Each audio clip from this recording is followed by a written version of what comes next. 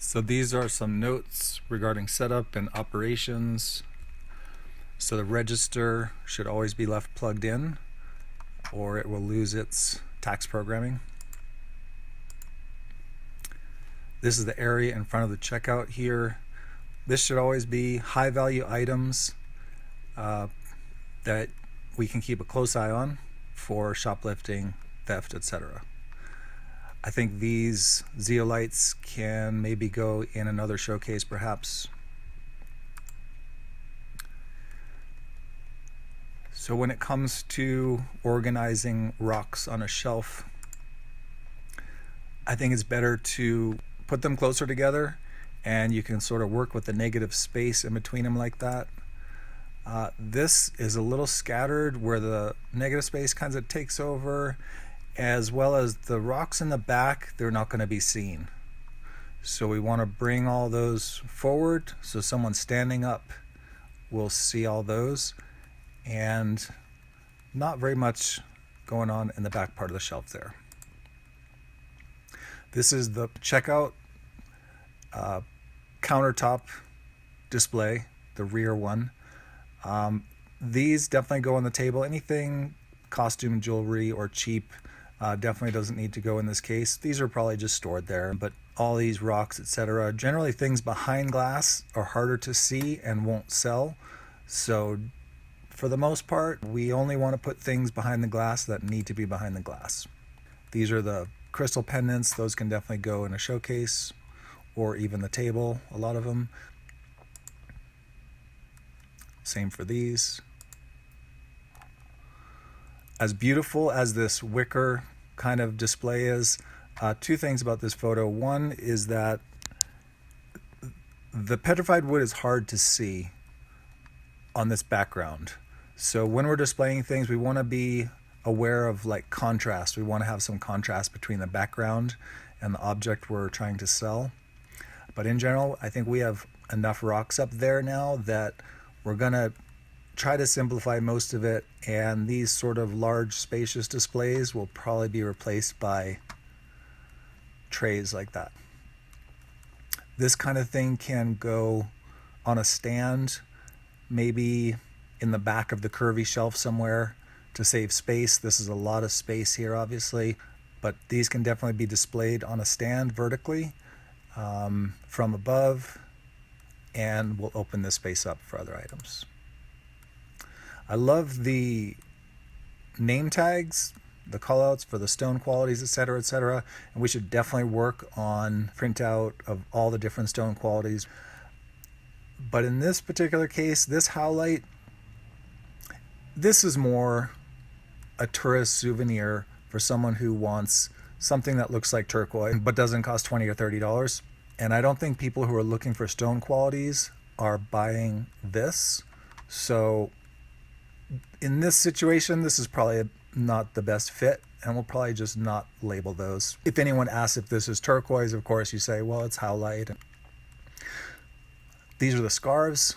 Just want to make sure that generally the more items are on display, the more people want to buy them. When it looks like there's abundance, people want to buy. So we want to try to display as many scarves as possible, and certainly have every style out on display. This sort of tray being sideways like that, we want to rotate that vertically backwards. The clear crystal looks really good on a black tray, so we'll get some black trays ordered. But that way we can open up space for other items. Now we were able to fit that guy in there. This is, a random little thing, but this is a $39 ammonite. I think this stand is way too large for it, and there's some great detail in here. You'll see in the next photo that we want to uncover. All this articulated termination of this ammonite, really beautiful piece. So we just want to be kind of aware and in terms of placement and how things are displayed, obviously. Overall, the place looked incredible. This is the kids area, and we definitely want to keep this shelf a good 8 inches out like it is there, so this stuff can really be seen. These are the trilobites, and I think it's going to be good to display them like this with a few in front so you can actually see what they are. Because in the tray, if someone doesn't know what they're looking at, they all get kind of mixed together. For what it's worth, these can definitely be outside the showcase. They're not a theft concern item. When it comes to the animal trays, I think 2 wide and then stack the other ones on top to open up that table area for other things.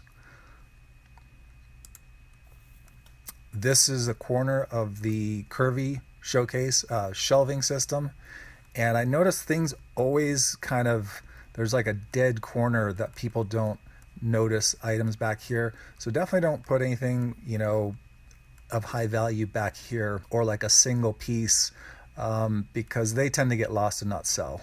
So maybe a good idea would be, you know, a grouping of things where someone might see it and then notice it. These are some shark's teeth up there. We're going to put those in plastic bags, but we're going to just not put too many in there so that you can see the individual items. These are the glow spheres. I think these might not have made it out. I'm not sure. But that's a good way to display them there in front of the glow rocks. And we always want to have these trays packed full as much as possible. Always more appealing to have an abundance. This is a new item. It's the fill the bag with rocks. This is, I believe, $5.99.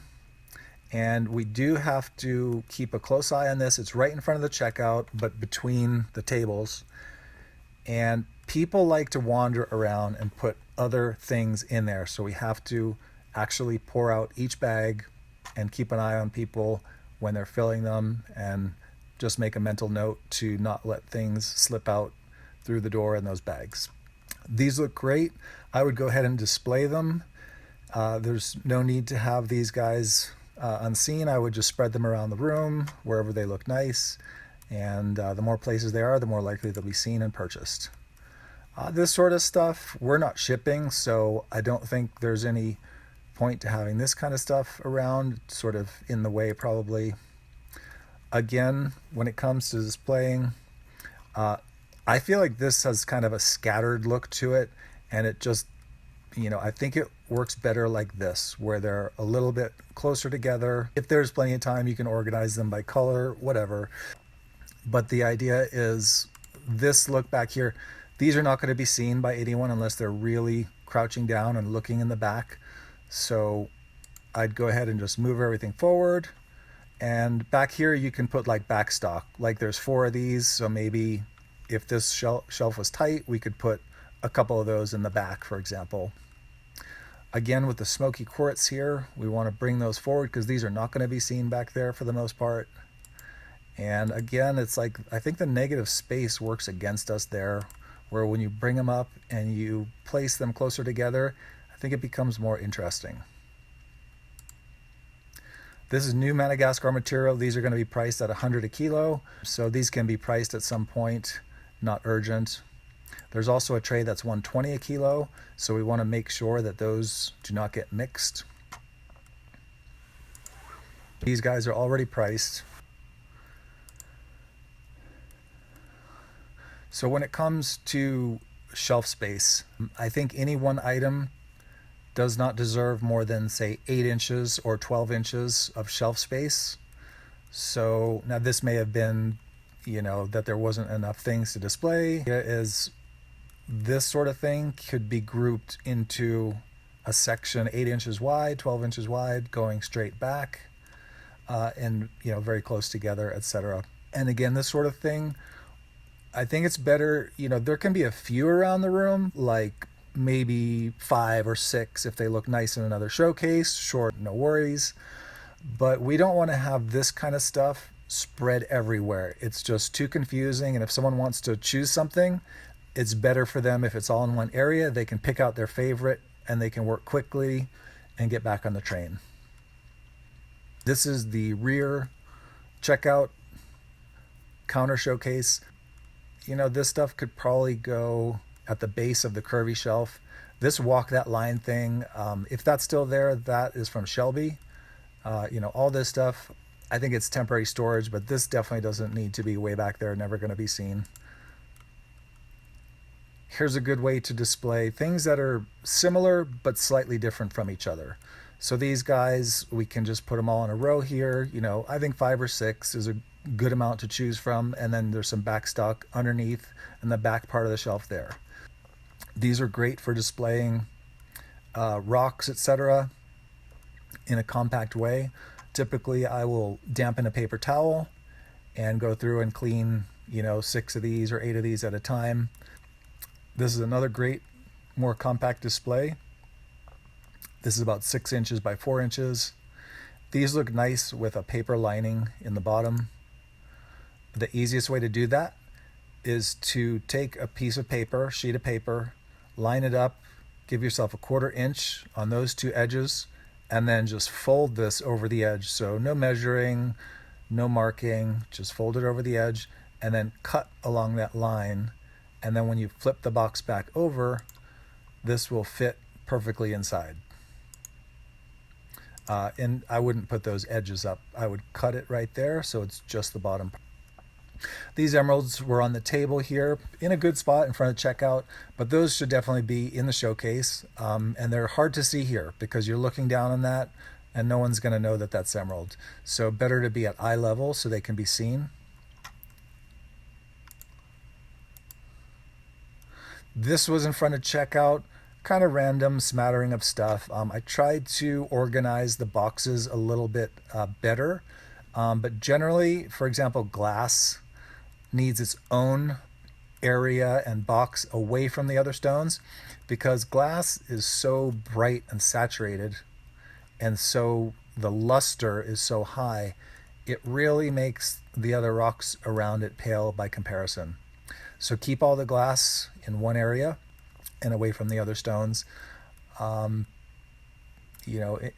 example, this should be more higher end stones. Like we've got the green tourmaline over here, and then we've got the pyrite over here, which is fairly worthless. We may want to put those in plastic bags and sell them for at least $1, like portion out 10 of them or something like that for $1, just to kind of move those and try to monetize those a little bit. But things that would be appropriate here might be the keychains, the green tourmalines, higher expensive items that are more likely to be grabbed by people, etc. This was in front of checkout again, just kind of random. This is lower grade stuff that can definitely go on in other areas. And so basically the area in front of the checkout, we want like high value items. This is an example of something that should definitely be in the showcase. It's an amethyst, $39. It's about, fist size, fits in the hand, expensive. So anything more than, $18, $20 range, that's a fist size or smaller, we want that in the showcase.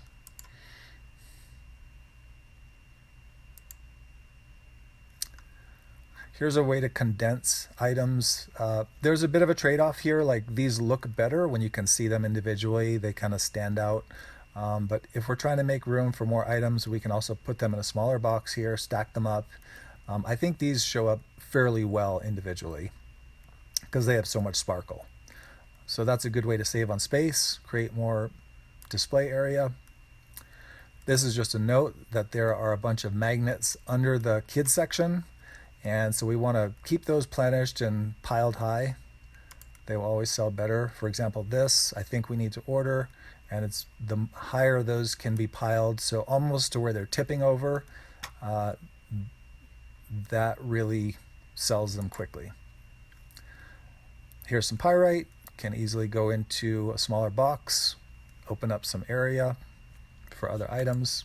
Things that are on the lowest shelf in some of the showcases, sort of backstock items, definitely we want to get those displayed and regularly replenish stock and make sure that that stuff is being seen. Looking at this, we've got 2 trays of vanadinite. I would put all the high grade stuff in one tray, and then I would take this other tray and move it to a less priority area. This vanadinite is taking up like 18 inches of shelf frontage, so I think it's better to give that 8 inches and then have this other tray in the front as well. I think as they're lined up in front, people may notice them more. These are some magnets, so I took those out and put them along this. I assume they were probably falling off, so we may need to find something metal that they can stick to. Sitting like that, I don't think they get noticed as magnets and probably don't sell very well like that. So this is in the cubby holes on the opposite side of checkout. This is like the worst place to have bismuth because anyone can just duck down if you're busy, and once they duck under that table level, you have no idea what they're up to, and they could be grabbing anything. So really, we have to be careful what goes in here. Sort of like lower theft items, possibly bigger items, things that are just less likely to be stolen. And I think of these little bismuths as being expensive. These should definitely be in the showcase. These wooden trays are very valuable. I can't get them anymore. So anything in those 2-inch boxes, we want larger stones. Anything that's just barely filling it up, we want to move it to a smaller tray.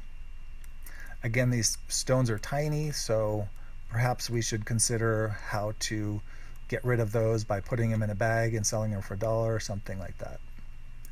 Obviously not the whole bit, but $1's worth of it. Similar here.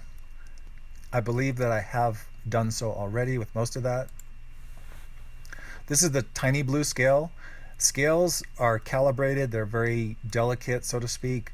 Never place anything on a scale unless you're weighing that item. So scales should always be protected and with nothing stored on them. In this case, this little blue scale should probably be in the showcase, somewhere out of the way. Probably flat though, facing upwards, and without anything resting on it. You can test this one with a nickel. A nickel should be 5.0 grams. If it's more or less than that, let me know. These things are nice to mix up the look, but they just take up too much space. I don't think they work for the amount of things we have there now. So most of these kind of wicker type things, we're definitely going to use less of. So we'll be using more of the white trays. This is an example of how to nicely fill boxes and have them sort of overflowing, as that's more appealing, but enough so that they can sort of pick through it without everything spilling over. This is a mental note of how things are priced. This says $2 to $8. Down here it says $120 per kilo, so that's $120 per kilo. So there's pricing scales up there right now, so very easy to just check those quickly. As you know, it's very pricing the rocks is very tricky, and the nicer ones we should definitely get a premium for. That's just how it works. This was on one of the main tables here. This is, very low value items here. These should just be in a tray in the kids area. These bracelets can go on a spinner. But basically a high value area where people's eyes really land, which was on the table opposite checkout on the other wall. And this stuff just has no value really when it comes to trying to make sales. So most of the bismuth will go in cases. We can have a small tray of maybe $8 and under size so that kids can access those. This is some watermelon tourmaline, so when you're pricing this stuff, look at the end, see if it has the watermelon color, if it's like the full watermelon, even though it's lower grade, and then that's going to be more towards the $10 range. If it's super rough and pale color, obviously more towards the $4 range. When it comes to weighing small items, large scales are not accurate for small items. So again, these sort of things we want to move towards the front of the shelf. These are not going to be seen back there. These can be condensed here, and these guys can move up to the front. And that back area should just be for backstock overflow. This sort of thing, real appealing, nice little rocks. They can be obviously displayed around and regularly replenished. If there was 10 of these spread around a couple of showcases, it's just a good way to make sure people see everything we have. These are some one face polish stones. We got a bunch of these. Hopefully they'll go really well. They're very nice. We're going to try to order some boxes for those. Again, this is a good use of this box. This is not. Again, the citrines pushed all the way in the back, not going to be seen. These would go great on the curved shelf system. I think I moved some of them there. But otherwise, what I would do with these is move a few to the upper shelves. Then I would take the remaining ones. We don't want to put too much weight in the middle of the shelving here because these can definitely snap. So we don't want to overload these shelves. I would take and line up about 5 or 6 of them on the end where the supports are, where it's stronger. So any heavy items can go on the edges of these shelves. So I would make 2 rows of the citrine here and there, and then spread a few more around the room. And the idea also there is when you have some at the leading edge, someone's going to see that. And if they love it, they're going to get down and they're going to notice all the ones in the back.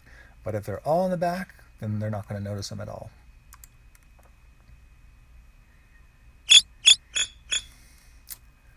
So items in the cubbyhole. These will be seen much better if we slide them forward about 2 inches. It definitely breaks up the clean line look, but the idea is we're trying to sell this stuff, not make it pretty. So go ahead and slide those out so that people can see them and they're more noticeable as they walk by. And then these sort of items that are probably not seen by too many people, we definitely want to take 10 of those and spread them around the room. Same for these, 6 to 10 of these can be spread around the room and cycled through and make sure that people are seeing those and they're getting sold. This is an example of how to organize things. So there's a bunch of small vanadinites here and some larger ones in the back, again not seen back there. So one way to handle that is move the smaller ones over, bring those large ones to the front. That way people can see better. Again, I love the stone name cards, but we want to be careful that it doesn't become the sort of the dominant thing. In other words, the polychrome jasper here has these very beautiful subtle tones that may be washed out by this card. What I would do is I would take this card and put it off to the side, because if someone is looking for the stone information, they're definitely going to look there. And if someone doesn't care about it and is just looking for the beautiful stones, the card's not going to get in the way of that. Again, these sort of baskets we're going to use less of. So there's some overstock. That's what that back area of the shelves can be used for. Round shape takes up a lot of space, so probably we could take those, put them into a smaller tray, maybe put some in backstock. But as nice as that is, it just takes up too much room. This is an example of having the trays pushed sideways and opening up that area. So instead of having this the long way, we want to have that the short way, and that opens up this whole area for more items to be displayed. The fish, I noticed with the fish, they look great when they're, there's always an orientation that's more appealing, and then usually the reverse orientation, not very appealing. So make sure those are facing the right way.